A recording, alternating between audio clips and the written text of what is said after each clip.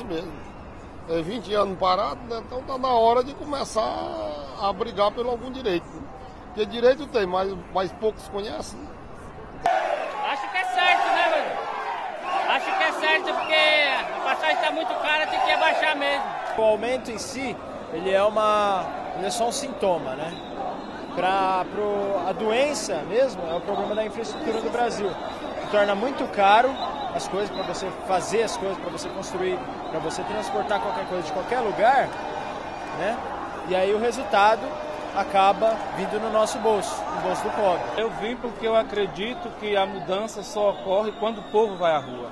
Concordo e acredito que o povo pode fazer a mudança acontecer da forma que está acontecendo aqui, essa passeata bonita, procurando assim melhores condições de vida. Claro que os 20 centavos não é a questão de tudo isso. A gente sabe que reivindicamos muito mais aquilo que temos direito, como a Constituição garante para cada um. Eu vim hoje para Paulista realmente porque eu acho que agora a gente está no momento de ocupar o espaço que está aberto. Eu vim para prestigiar esse movimento. Eu acho que a juventude está assumindo a sua posição no país, está se compenetrando das suas responsabilidades. É um momento de reflexão de alguém que viveu os anos de chumbo da ditadura militar. É uma coisa que eu queria fazer há muitos anos e eu achava que, como tenho 52 anos, achei que eu nunca ia ver isso que está acontecendo hoje, né? É uma coisa que vem de dentro do meu coração. Os jovens estão mostrando para todos que o quanto é importante a consciência, o civismo, você fazer seu papel de cidadão, tá reclamando. A nossa sociedade ficou em coma durante muitos anos. A gente veio porque a gente cansou de ficar no Facebook protestando de longe só e a gente quer mudar tá na história para mudar o nosso país. Brazil has found a voice to speak to its democracy. In the past, you didn't have this voice. I've been in Brazil for 2 years and there is no conversation between the politicians and the population. Demorou para acontecer. Demorou. O povo está sofrendo muito, né? O que acontece? Se continuar do jeito que está, o Brasil vai acabar. Ou acorda agora, ou então entrega os pontos. Essa é a minha opinião. Foi priorizado por muito tempo o transporte individual e aí a população sofre com isso, né? Hoje você olha aí, 30 carros, um passageiro, uma pessoa em cada um. Enquanto um ônibus leva muito... Ixi, quantos carros não leva dentro do ônibus? Precisa organizar corredores verdadeiros, não alguns que estão sendo feitos aí meia boca, só para aparecer. Eu atribuo as manifestações atuais àquilo que eu chamo de o inferno urbano. Ou seja, o fato de que as empreiteiras tiveram passe livre para fazer a explosão demográfica da cidade por meio dos condomínios horizontais e verticais e dos shopping centers. As empresas de transporte tiveram passe livre para manter linhas longas e que dá lucro para eles, mas prejudica a população, frota velha, defasada, incapaz de atender às necessidades da população, preços escorchantes, um transporte indigno, indecente, mortífero. E as montadoras tiveram passe livre para a explosão do veículo individual. Então você tem uma cidade marcada pela verticalização dos condomínios e a presença dos shopping centers, pela presença do veículo individual numa quantidade absurda e a aberração do nosso transporte público. Mesmo porque, não sei se você sabe, mas quando foi feito o planejamento do metrô, estava planejado que em 1990 deveriam ser entregues 450 quilômetros. Em 2013, o governo estadual entregou, até agora, 90 quilômetros. Então, é um despropósito. Ou seja, estavam criadas condições para que, num dado instante, isso explodisse. E as manifestações foram a expressão do que se passa no inferno urbano. Que a gente tem um problema sério, né, de transformar em mercadoria um serviço público, um direito do cidadão, né, que é o transporte público. Primeiro que a gente parte aí de um conceito, né, transporte público e gratuito, certo?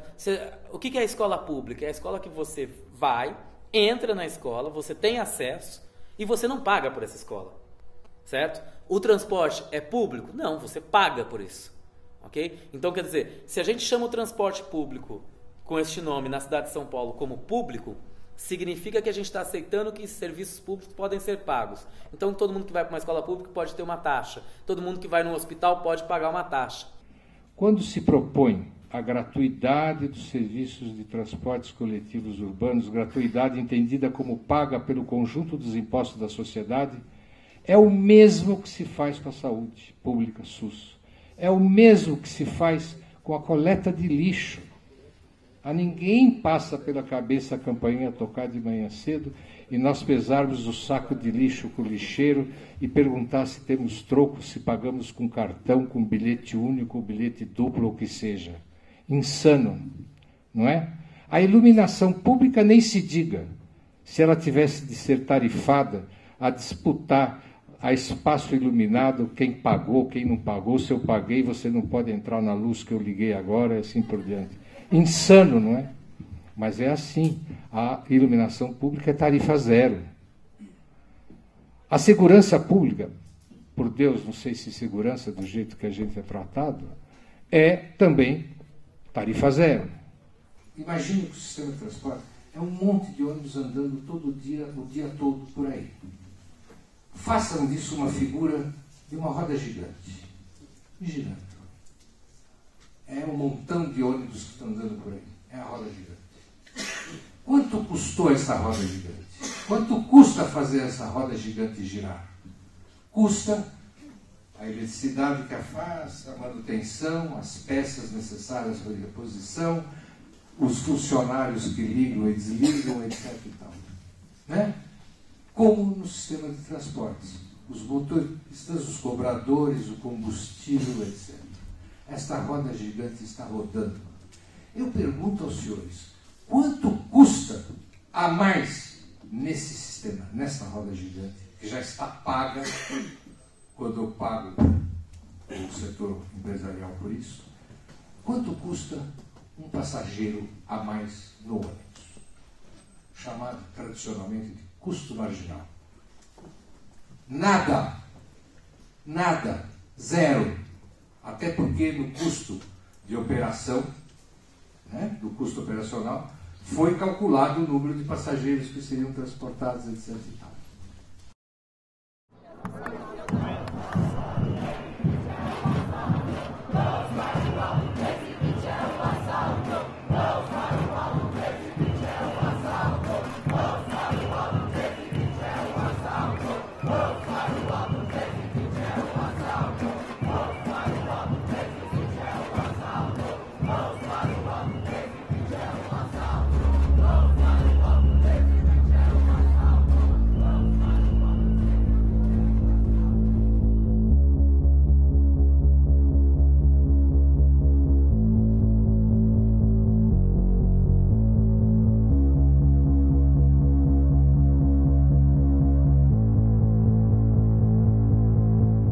Pluralismo de ideias é quase sempre uma boa ideia. No entanto, eu acho que nesse momento político, né, de maneira geral, me parece que a melhor estratégia é manter o foco. Não que outras pautas que estavam sendo reivindicadas não tenham a sua legitimidade. Muitas delas têm, e são muitas delas inclusive urgentes. Mas me parece que nesse exato momento é hora de focar no máximo em duas questões que, ao mesmo tempo que são urgentes, são também pertinentes ao movimento que está nas ruas, né? E que é basicamente a questão do transporte público, é a gente começar a se questionar, a perguntar por que ele é tão ruim, por que ele é mais um daqueles serviços públicos que são prestados de maneira porca pelo Estado, desde sempre? Por que tem que ser assim? Por que ainda por cima se cobra um preço abusivo, um preço que para a maioria das pessoas não corresponde com a qualidade do serviço, né? O que determina o preço, o que se passa na cabeça dos administradores para chutar um preço dessa natureza. E de outro lado, que é uma coisa que veio a reboque num primeiro momento da questão da passagem do ônibus, mas acabou se tornando uma questão tão latente quanto, que é a questão da violência policial. A gente vive um momento de explosão democrática que me parece muito oportuno que a sociedade passe também a questionar por que a polícia é desse jeito. Por que a polícia, quanto mais violenta fica ao longo desses anos, mais a violência e o crime aumenta na sociedade? Por que não está funcionando? Será que a solução é mesmo, por exemplo, bater ou abordar a pessoa de maneira inconstitucional porque ela é pobre ou porque a cor da pele não é daquele tipo clássico que a gente associa à riqueza? O que se passa dentro da corporação da polícia ou das forças militares do Brasil de maneira geral? O que significa? Será que é um mero enfeite, aquelas estrelas que celebram o massacre de Canudos, celebram o golpe de 64? É hora da gente se questionar que tipo de polícia, que tipo de segurança pública a gente quer ter. Não só do nosso lado. A verdade é que o problema da segurança pública e o problema da violência, do despreparo policial, também passa por uma questão de treinamento e qualificação dos próprios policiais. A verdade é que a PM está acostumada e é ordenada a agredir gente que mora na periferia, mas muitas vezes o próprio soldado que agride é vizinho de quem ele agride. Porque o salário do policial sempre é pequeno, por via de regra, e a única diferença é que ele recebe uma arma na mão, e com essa arma na mão ele é ordenado a fazer o que aí sim os governantes e o comando alto da Polícia Militar quer que ele faça. Presente desde a primeira manifestação contra o aumento da tarifa, eu queria compartilhar a minha visão do que está acontecendo com vocês. Acho que até o ato da última quinta-feira, o ascenso do movimento foi muito claro e a repressão policial estava muito evidente. Eu ainda tenho marcas de estilhaço de bomba nas minhas pernas. Diversos amigos meus me mandavam mensagens dizendo: você está sabendo o que está acontecendo? Estou aqui na Paulista, estão prendendo um monte de gente. Todos verificamos uma série de abusos assustadores. Independente de ser legítimo ou não as manifestações, as discussões, e eu resolvi então me dirigir até o 78DP, que é para onde estavam sendo levados muitos manifestantes. Quando eu cheguei lá, eu tive a informação que naquela noite 169 pessoas tinham sido levadas para lá, presas, e que dessas 169, 9 assinaram um termo circunstanciado. Isso significa o quê? 9, a polícia entendeu que cometeu crime. As outras 160 foram presas, então, no que a gente chama prisão para averiguação, que é um tipo de prisão que existia na ditadura militar e foi extinto com a Constituição de 1988. Porque a nossa Constituição prevê 2 possibilidades de prisão só. A prisão em flagrante, que qualquer um do povo pode fazer. Se você vê alguém cometendo um crime naquele momento, qualquer um pode prender essa pessoa, a própria polícia militar pode. Ou, se a pessoa não estiver em situação de flagrância, a pessoa pode ser presa sempre com ordem de um juiz e não com ordem de um militar. Diante disso, e tendo percebido que muitas pessoas foram presas por ordem de militares, e aí a gente conseguiu, via defensoria, cópias de todos os BOs que foram feitos, e nesses BOs a gente descobriu coisas assustadoras. Além do que foi muito noticiado de pessoas presas porque portavam vinagres ou máscaras, também nos surpreendeu o fato de algumas pessoas terem sido presas por, abre aspas, estarem em atitude suspeita, sem qualquer explicação do que seria essa atitude suspeita. Pessoas que foram presas porque portavam tinta guache, como se tivesse alguma ilegalidade nesse porte. E o pior, talvez o que mais me assustou, pessoas que foram presas, um manifestante especificamente, e isso quem diz é a polícia, foi preso porque na manifestação portava uma bandeira do PSTU. Independente de qual partido você segue, independente se você concorda ou não com os ideais do PSTU, uma coisa todo mundo concorda. É um partido legítimo, com intenções legítimas, e jamais ninguém pode ser preso por ser afiliado ou por apoiar um ou outro partido. Eu ainda estou de vermelho porque eu não consegui voltar para casa, porque a minha rua estava rolando diversos movimentos bater nas pessoas que estavam de vermelho. E assim, eu acho que esse discurso antipartido é um discurso muito, muito perigoso, é um discurso que pode acabar com a nossa democracia. Assim. Então eu queria fazer a proposta que nessa nota o 11 se colocasse em favor do Estado Democrático de Direito, gente, em favor da liberdade de expressão e da liberdade de organização. Não dá pra gente deixar as coisas como estão. Sem dúvida nenhuma, houve excesso policial das duas formas. Houve excesso quando o movimento começou e teve aquela repressão violentíssima.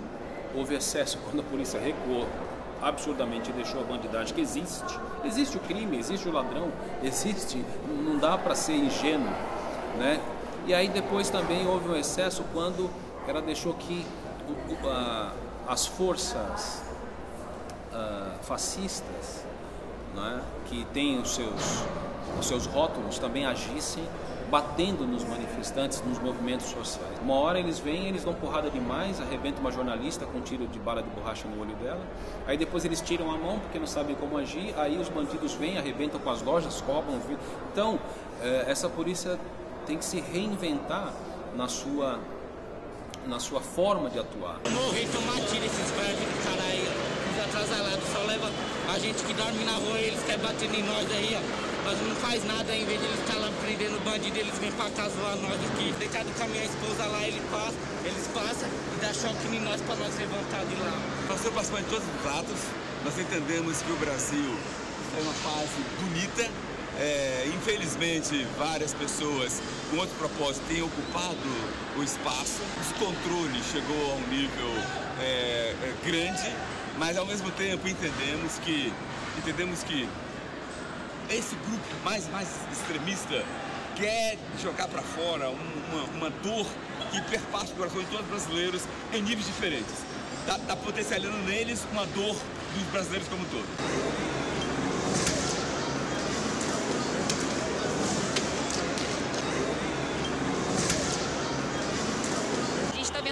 Atos de vandalismo, de violência, mas nós como médicos e como pacificadores que nos organizamos para vir aqui, a gente não tem que julgar se essas pessoas elas estão erradas ou certas. A gente está aqui para cuidar das pessoas, tentar fazer atendimentos e garantir que o mais rápido possível eles sejam removidos caso estejam machucados, sejam policiais, sejam manifestantes.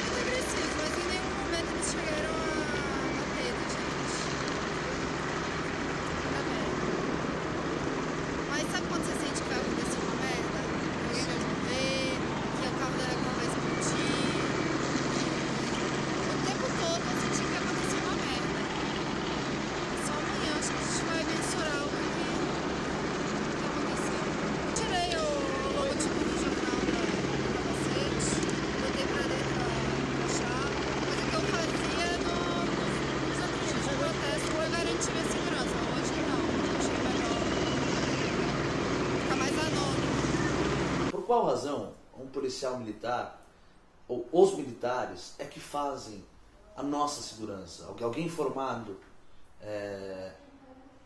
em táticas de guerra, em estratégias de guerrilha, é quem faz a nossa segurança? A polícia repressiva, né? A polícia que atua nas ruas, é feita só por militares. Acho que está na hora da gente ter uma polícia que seja independente, porque que não tenha essa cabeça, essa filosofia de cumprir ordens a qualquer custo, porque isso é típico dos militares. Alguém acima deu ordem, o militar cumpre. E mais do que isso, o que mais me assusta são os tribunais militares, porque os militares são julgados pelos militares, como se o princípio da igualdade, todos são iguais perante a lei, não fosse tão igual assim. Todos são iguais, mas se é militar é um pouco diferente e merece ser julgado pelos seus pares.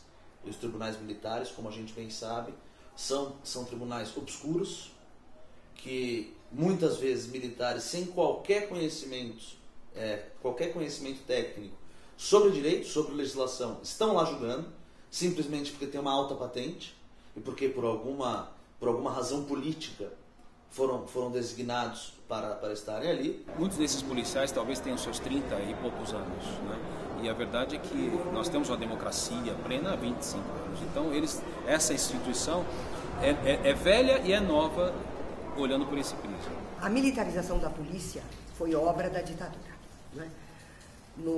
Quando se instalou o terror de Estado no Brasil, portanto, todo o processo da violência terrorista do Estado, com as prisões, torturas, mortes, desaparecimentos, e com a censura do pensamento e da palavra, essas operações, que foram financiadas pela burguesia brasileira, o que se fez foi dar à polícia uma estrutura do tipo da que o Exército tem.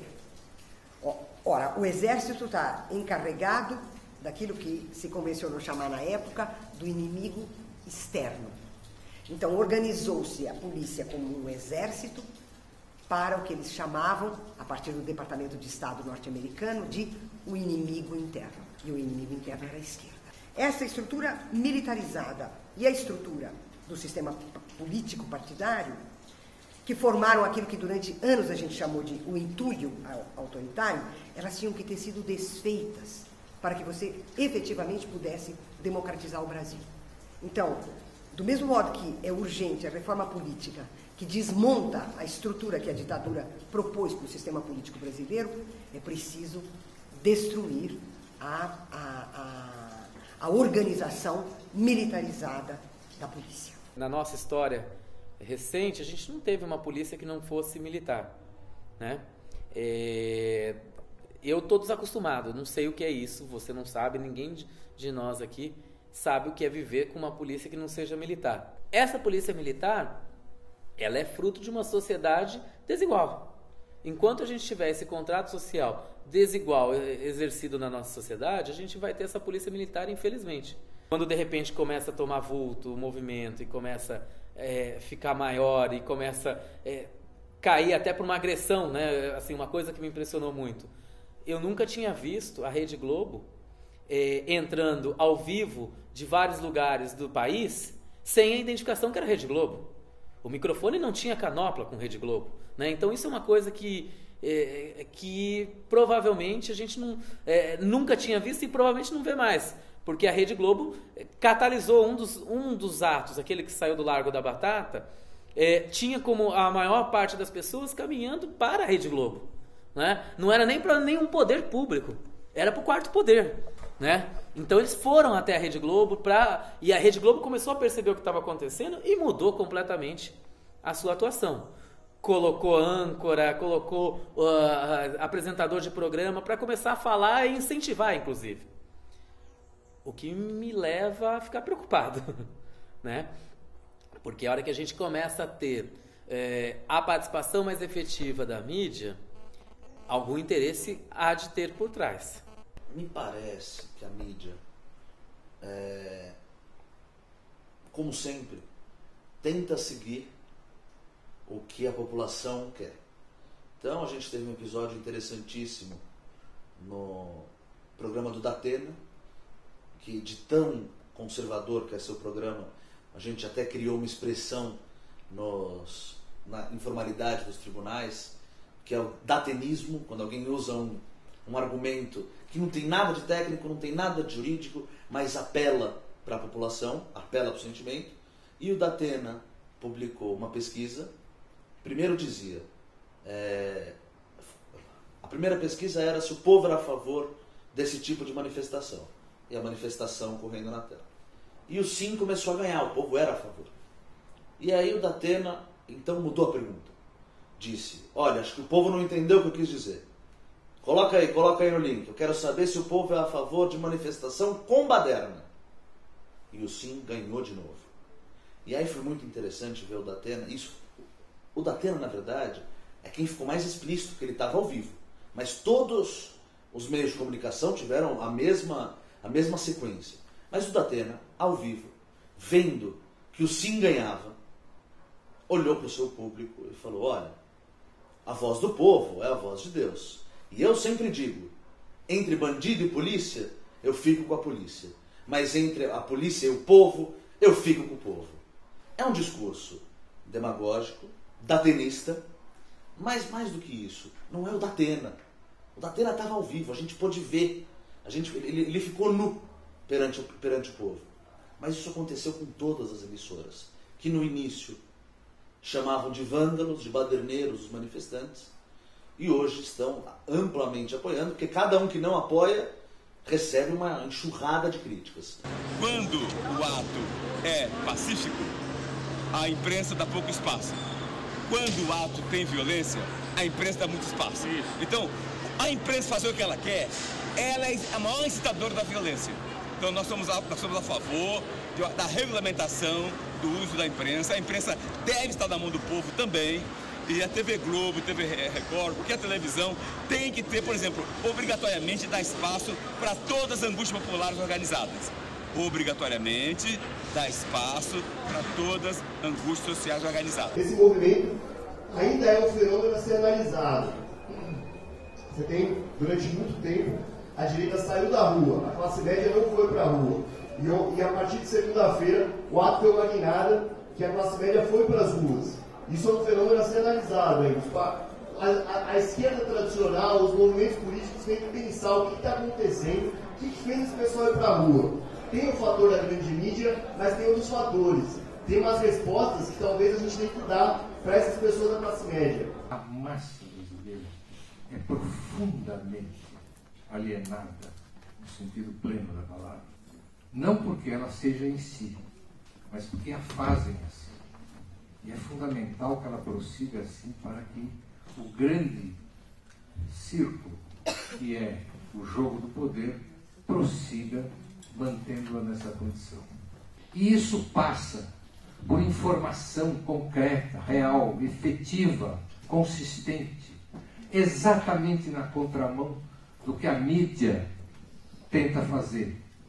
É confundir as coisas, embaralhar as coisas. Eu acho que quem colocou 100 mil pessoas nas ruas de São Paulo na segunda-feira não foi mais o movimento, não foi mais o aumento da tarifa, mas foi a mídia, assim. E a mídia colocou as pessoas na rua com diversas pautas, de maneira completamente desorganizada, assim. Você viu um grande discurso nacionalista, um grande discurso contra a corrupção, um discurso que queria derrubar o poder sem mudar estruturalmente a sociedade, assim. Eles simplesmente eram contra os governantes que estavam lá, mas não discutiam alguns problemas do Brasil. E isso se mostra muito evidente quando a gente vê que a Fiesp, e a Fiesp, gente, que é uma instituição que financiou a ditadura, a Fiesp que tinha lá o Benny Boyce, não sei se vocês já viram o filme dele, mas ele assistia a sessões de tortura e financiava através da outra gás da ditadura.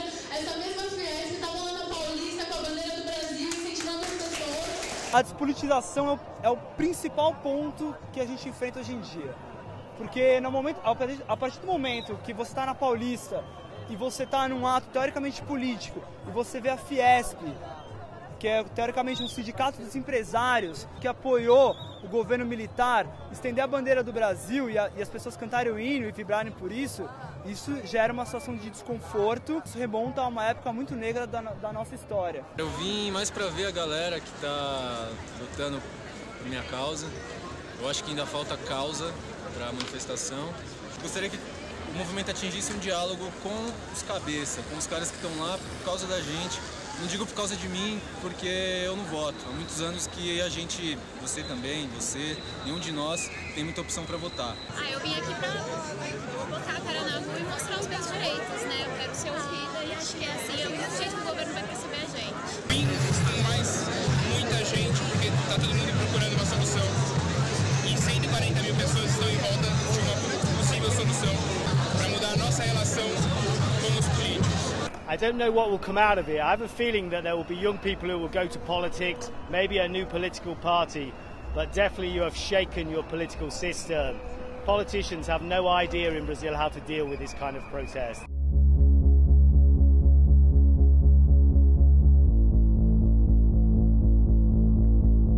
Sou militante do movimento Passe Livre.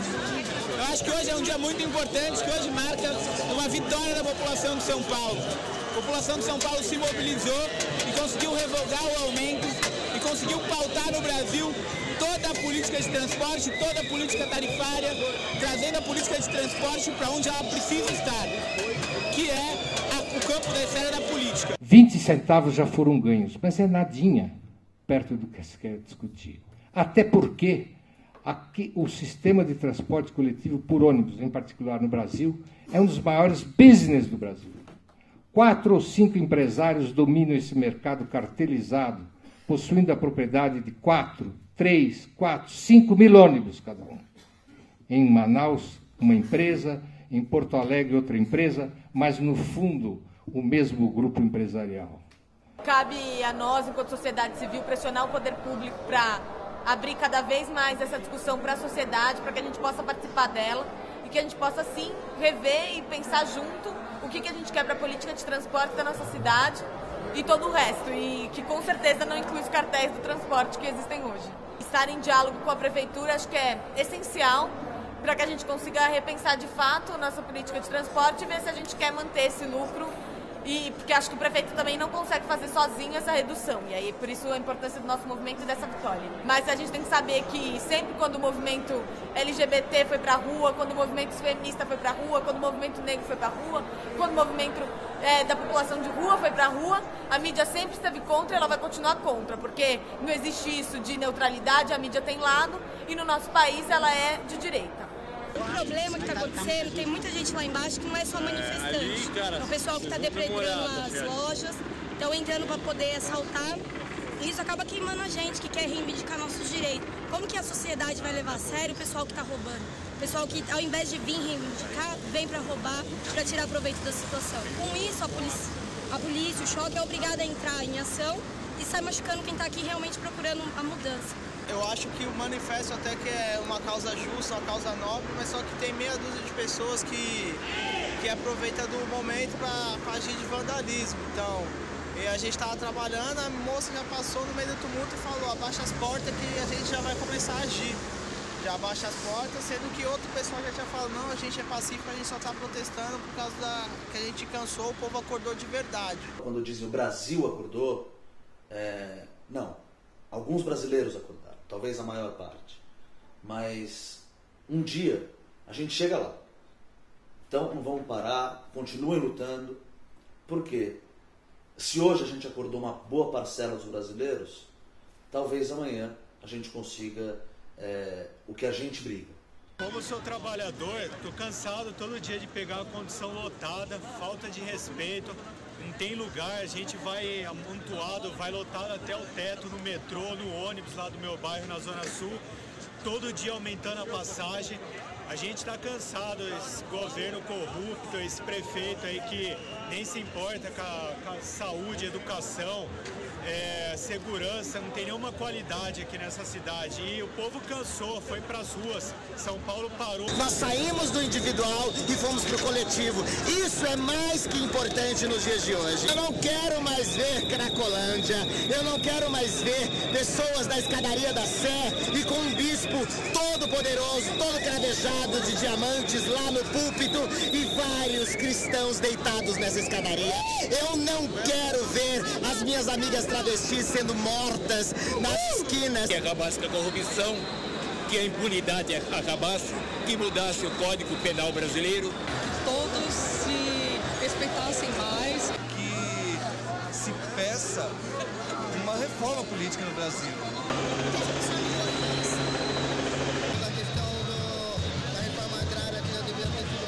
Investimento na educação. Menos carga tributária, mais investimento em educação, em saúde, para ter uma distribuição melhor aí desse dinheiro aí, que nosso país é uma coisa opção, infelizmente. Melhorasse a remuneração do funcionário público, do professor, né, porque ninguém se sente motivado a trabalhar. Minha esposa é professora. Pergunta para minha esposa se ela quer trabalhar na rede pública. Mais preocupação com a saúde, com o estudo das crianças, melhoria para o povo e não em Copa. Pedir apoio para a moradia, que todo mundo está precisando disso. Tem gente que está na rua, isso não é justo para as pessoas. Primeira coisa, mudar radicalmente, reforma partidária. Segunda coisa, regulamentação da mídia. A mídia tem que ser regulamentada para dar mais espaço à luta do povo. Terceira coisa é a revisão urgente dos impostos. Se paga-se muito imposto exorbitantes. Quarta coisa, o controle real do capitalismo. O capitalismo selvagem, que a Dilma abraçou, é culpada por isso. Por exemplo, esse volume imenso de carro que no Brasil inteiro está estragando as cidades, foi incentivada por Dilma quando ela faz o carro baratinho para qualquer pobre comprar carro.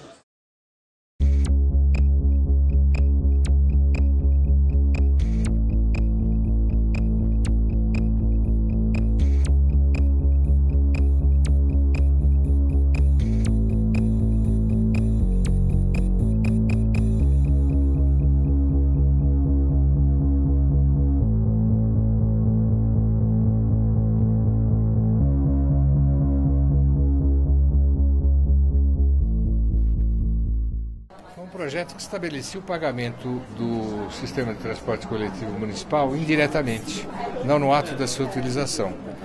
Algo como é feito, por exemplo, com a coleta de lixo, né? Como é feito na saúde pública, como é feito na segurança pública e outros serviços. Não significa que ele seja de graça, daí o nome tarifa zero. Ele é pago pelo conjunto da sociedade segundo uma política de impostos, obviamente, progressivo, ou seja, paga mais quem tem mais, paga menos quem tem menos, não paga quem não tem. Mostrou, em primeiro lugar, que havia na discussão da cidade, houve muita tentativa de desqualificar a possibilidade, não só pela questão monetária, como hoje está mais centrado, mas na época dizia-se que já que o que não é pago vai ser desvalorizado, então vai haver vandalismo, vai haver bêbado andando, os jovens vão ficar o dia inteiro passando de ônibus porque é de graça, bobagens desse gênero. E a experiência na cidade de Tiradentes, que nós implantamos um conjunto de linhas a tarifa zero para alimentar um terminal de ônibus, funcionou durante anos a fio, até depois do governo, e não aconteceu nada. Simplesmente eu tinha um ônibus com motorista e quem precisava pegava o ônibus até o terminal e ponto. Algumas criancinhas de 10, 12 anos davam umas voltinhas de ônibus, o que eu acho extremamente salutar. Cada cidade vai ter uma solução, não existe uma solução genérica para todas as cidades. Tem cidades que podem fazer isso sem gastar nada, por exemplo, nenhuma novidade já existe, né? Agudos, Porto Real, já fazem tarifa zero e não tem nada disso aí. Eles equacionaram lá os seus recursos e conseguiram fazer. Outras cidades vão ter outras soluções. Então, cidades do porte de São Paulo, evidentemente, vão exigir uma engenharia financeira um pouco mais complicada. Todas vão passar por uma reforma tributária. Todas. Vai ter que ampliar recursos. Todas, eu digo, todas as cidades de um certo porte. Vão ter que ampliar recursos para incluir um novo serviço gratuito, tal como a saúde e a educação, e sem prejudicar esses serviços, né? Um primeiro passo de uma grande vitória que será a tarifa zero. E um detalhe, a tarifa zero pode ser implantada por partes. Por exemplo, nos corredores de ônibus de São Paulo, faz tarifa zero. Isto vai ter um duplo significado. Primeiro, vai mostrar o impacto que isso tem sobre o congestionamento da cidade. Segundo, vai servindo a pouco e pouco para a população, que é tão desinformada, porque a gente não consegue competir com os grandes meios de comunicação, percebendo a pouco e pouco o incrível vantagem que isso vai significar.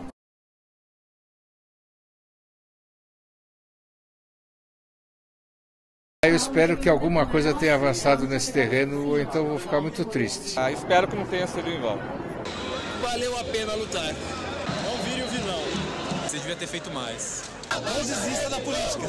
Eu acho que quando eu tiver meus filhos, vou falar, não, o pai compareceu e ajudou a melhorar o nosso país. Eu quero que no futuro os nossos filhos, nossos netos se espelhem na gente e continuem lutando por um país melhor. Então, eu espero que daqui 20 anos eu diga, ganhamos, vitória total, mudamos o Brasil, etc.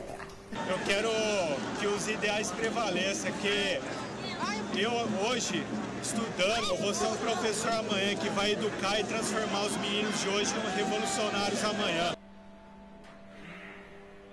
Para não esquecer essa ideologia. Eu vejo pessoas que com a minha idade tinham ideologias muito afloradas e cresceram, ganharam dinheiro e foram aos poucos se esquecendo de tudo isso porque já não é tão interessante.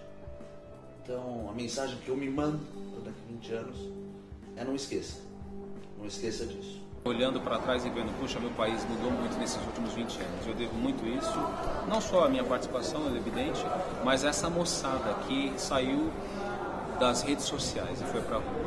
Obrigado.